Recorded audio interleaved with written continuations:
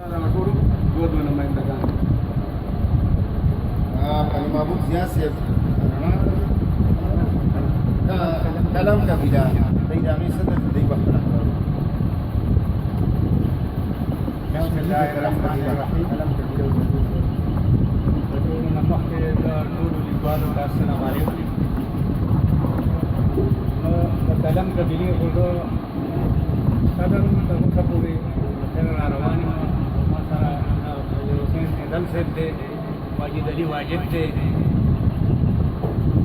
نو زه به د خپل طرفه چې کوم دی نو د دې دوه کسانو نومونه درکړم. یو حسین فیضل صاحب او یو واجد علي واجد صاحب. دا کسان چې کوم دی په ادب مړینو دي، دې منډې تر دې ګرځي خو وخت سره وي ډېر اکټیو ماته معلوم دي. زه د دې نه تکړه سړی بل نه وینم. دا دې کې ځان سره چې کوم نومونه درکړم لکه دې کله توجه ورکړئ. مارونو صدر صاحب اجازه باندې څو خبرې کول غواړم. تاسو مشران دي، موږ دا یو سوچ وړاندې کړی دی د ټول سره لپاره نه دی. ما دې ته ویلي دي هېڅ نه غواړم، د بحیثیت د یو سپایي کار کول غواړم. وړکې مې یو سوچ او مینه مې ده د ژبې دپاره او د خپل صحابوالو لپاره خاصه فکر مې ډېر څه شته. موږ خلکو خبرو څنګه چې روښان صاحب وایي دې په کار چې په دې باندې ځان سره یو بل رابطو بیا څه کوو بس به ګټه ځکه چې زه خو ما نوکري کړې ده، په نوکري کې ما کړی دی موږ دې ویلي صحابوالو نه خلک هر څه زده کوي. که حیا زده کوي دا زموږ په کې ما ویلي خو دا مقصد چیف جسټس آف رپورټ هم راته ویلي. ډېرو خلکو ویلي چې تاسو نه خو موږ پښتو زده کوو، تاسو نه موږ وروري زده کوو، پښتو ګورې دا خو موږ کېدل. نو زه هم دا غواړم چې داسې یو فورم دې جوړ شي او څنګه چې روښان صاحب چې دلته تحریک دې جوړ شي نو موږ به سم د هغې جوړې کړي. خو هغوی په بنیاد چې جوړ کړو دا بنیاد کې موږ د صحابۍ نه جوړ کړو او د ښو خلکو نه جوړ کړو. د مثبت سوچ نه جوړ هغه سوچ چې کوم د کام دپاره او د خپلې ژبې دپاره استعمال شي. نو زه هم چې دغه سوچ پکار دی، نړیوال پکار دی، څنګه چې نبي صاحب وایي د مشرانو زړونه لوی پکار دي او لوی سوچ پکار دی. او بیا دا هم دی چې مخالفت هم کېږي د چا نه دی شوی، د شفاق سره هم شوی، عمر فاروق مول هندوستان هم شوی دی. نو کېږي به نه به یو اندري صاحب ولا به جدي وي. بهرحال زه خو تاسو د ټولو هر یو تجویز سره اتفاق لرم. زما چې کوم دغه تجویز دی بس اتفاق او په اتفاق دی بل موږ دې خلکو ته ښکاري چې دې کې اتفاق دی رولی شي. نو ډېرې خبرې نه کول غواړم خو چې تاسو څه جوړ کړو زه به ستاسو د هغې سیم او زه به داسې سیم چې څه راته وږم هر څه لپاره نو دا وامل چې که کوټه کې که ټوپک وي که پیسې وي که منډه تړي وزر کوي هغه د ژبې لپاره ډېره مهرباني. نو اوس را سره روغ دی. ما ورته وویل عمر په دې سټیج زما کوم عمر دی لکه شپېتو ته رسېدلی دی، زما کوم منصب دی کوم کار ته خدای پاک زه چمتو کړی یم. نو مې زه اوس دې ته نه ګورم چې خلک ما سره څه سلوک کوي او زما باره کې څه رویه ده.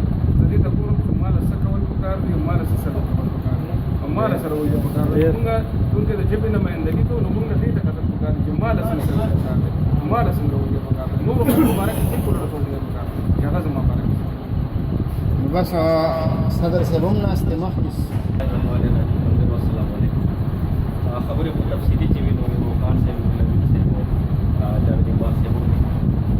زه به صرف دومره پکې اضافه وکړم چې اتفاق کوم د روښان صاحب دې خبرې سره چې دې وخت کې د ټولنو نه موږ ته یو تحریک ضرورت دی او د تحریک دپاره هم د یو پلیټفارم ضرورت وي.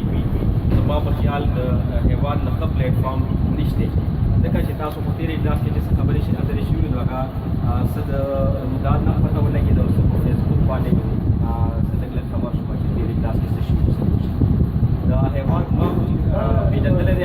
هېواد ما په دې حیثیت پېژندلی دی چې په صوابۍ کې یو تنظیم جوړ شوی دی هېواد په نوم باندې او دلته چې څومره ټولنې دي نو هغه ټولنې باندې د تنظیم ممبران دغه څه وکړه. بیا زما په خیال هغه د نوم او د تنظیم او د نورو خبرې پکې روانې دي د منځه سره تر دې پورې چې دا تاسو په پوری کابینه وایي نو اوس هم دا دغه چې کوم د تنظیم به کابینه په نه دی بس پوری نوم ورته نوم ورکوي نو هغه ځړه کابینه روانه ده تر راتلونکي الیکشن پورې. البته زما یو بل تجویز دی که تاسو پورې ورسره اتفاق لرئ تاسو ورته هم مرکزي وایي او بیا محدود کوئ تر صوابۍ پورې. زما دا یو ذاتي تجویز دی چې دا تنظیم چې مرکزي ورته وایي نو یو دا چې تر صرف صوابۍ ضلعې پورې مه محدود کوئ. بېشکه چې اوس په دې اوسني سټیج باندې صرف د صوابۍ ټولې نه چې کمې دي بلکې که داسې وشي چې صرف دا نه چې دا دلته چې د کومو ټولنو نمایندګان اول خو دې سروې وشي چې په ټوله صوابۍ ضلع کې څومره ټولنې دي د پښتو ادب نو د هغې دې پوره یو پراپر لیست جوړ شي. بیا که کومو سره رابطې نوي شوي نو هغې سره دې رابطې وشي او رابطه دې ورسره په دې شکل وشي چې بس اوس نه ورته وویلی شي چې مونږ ته دوه نمایندګان راکړئ. خو دا هغوی باندې هم پانده کړي ورته وایي چې یو خو نورالامین ته دا خبره واضحه کړه چې هغه دې مرو دي هغه شاعران دي باندې تاسو سره د دې خبرې هم اضافه وکړئ په هغې دا سپارښتنه وکړئ چې صرف په نوم باندې شاعران دي باندې چې هغه اکټیو ځکه چې تنظیم دپاره چې کوم خلک راځي د دې وړو ټولنو نمایندګان چې کوم دې غټ تنظیم دپاره راځي نو هغوی به هلې ځلې کوي مشورې به ورکوي او هغه چست او تیز قرار خلک پکار دي که نه نو دغه زما ذاتي دغه چې یاره یو دا چې دا تر صوابۍ پورې نه دا اوس پکې خیر د صوابۍ او بیا وروستو لکه ګریجویټي چې نورو علاقو سره مونږ رابطې کولی شو څنګه چې د خپلې ضلعې د تنظیمونو سره داسې بارانو سره. بله یو دویم تجویز مې دا دی چې دا دې سره تاسو د ادبي نه علاوه ثقافتي لفظ تللی دی نو زه وایم چې د ادبي او ثقافتي نه علاوه چې شاعران و ادیبانو ته کومې راپېښې مسلې دي یا ورته راپېښېدی شي دا د یو داسې پلیټفارم وي چې دا د صرف دغه هلې ځلې نه کوي چې دا د مشاعره وکړي او تنقیدي غونډه دې وکړي او دا خو به کوي دا خو به بنیادي کار دی.